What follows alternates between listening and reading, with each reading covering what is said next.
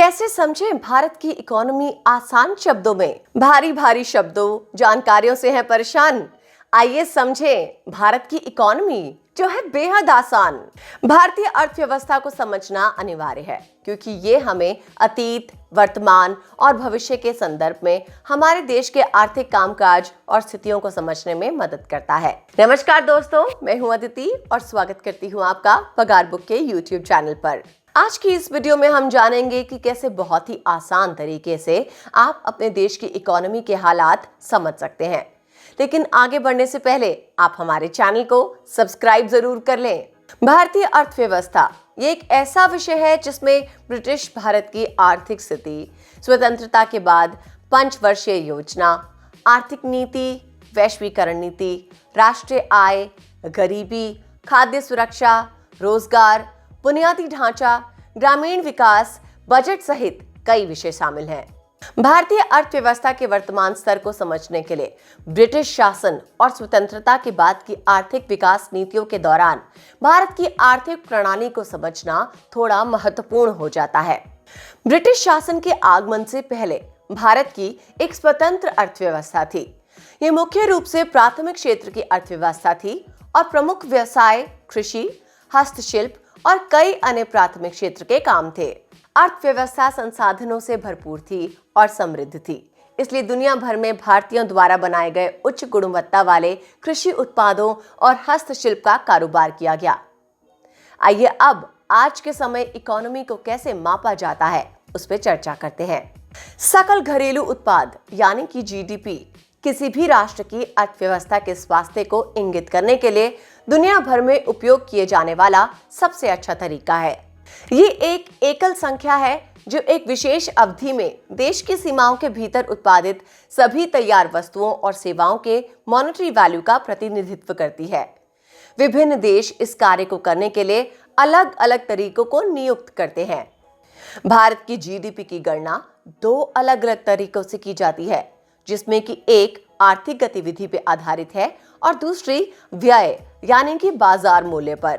GDP के आर्थिक गतिविधि का डेटा 8 सेक्टरों से इकट्ठा किया जाता है।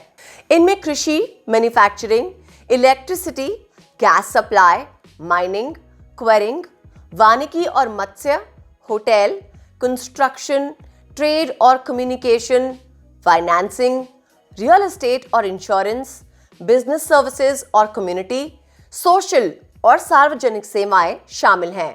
वहीं व्यय आधारित पद्धति ये बताती है कि अर्थव्यवस्था के विभिन्न क्षेत्र का कैसा प्रदर्शन है, जैसे कि व्यापार, निवेश और व्यक्तिगत खपत। जीडीपी गरीबी, बेरोजगारी, जीवन स्तर और यहाँ तक कि साक्षरता और स्वास्थ्य के मानक जैसे कि अधिकांश अन्य सामाजिक आर्थिक संकेतकों के साथ अच्छी तरह से संबंधित है।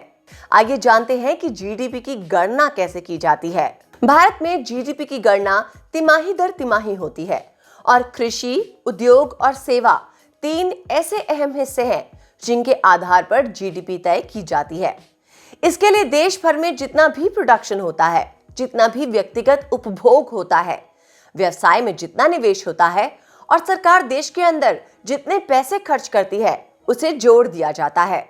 इसके अलावा कुल निर्यात यानी कि विदेश के लिए जो चीजें बेची गई हैं, उनमें से कुल आयात यानी कि विदेश से जो चीजें अपने देश के लिए मंगाई गई हैं उसे घटा दिया जाता है।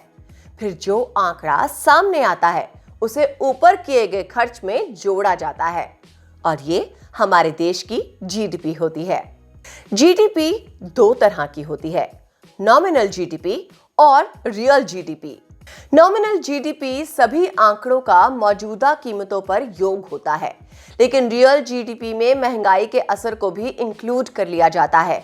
यानी अगर किसी वस्तु के मूल्य में 10 रुपए की बढ़त हुई है और महंगाई 4% है तो उसके रियल मूल्य में बढ़त 6% की ही मानी जाएगी। भारत में वार्षिक जीडीपी का अनुमान प्रत्येक वर्ष 31 मई को प्रकाशित किया जाता है।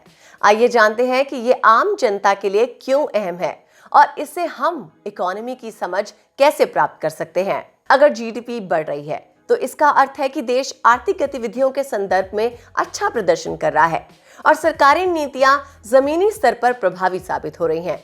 लेकिन अगर जीडीपी नेगेटिव हो रही है या सुस्त हो रही है तो इसका अर्थ है कि सरकार को अपनी नीतियों में बदलाव लाने की जरूरत है ताकि अर्थव्यवस्था को पटरी पे लाया जा सके।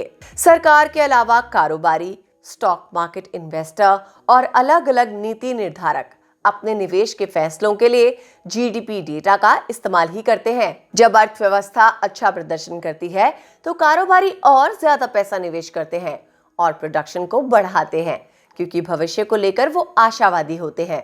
लेकिन जब जीडीपी के आंकड़े कमजोर हो जाते हैं, लोग कम पैसा खर्च करते हैं और कम निवेश करते हैं। इससे आर्थिक ग्रोथ और सुस्त हो जाती है। ऐसे में सरकार से अपेक्षा की जाती है कि वो ज्यादा पैसे खर्च करे।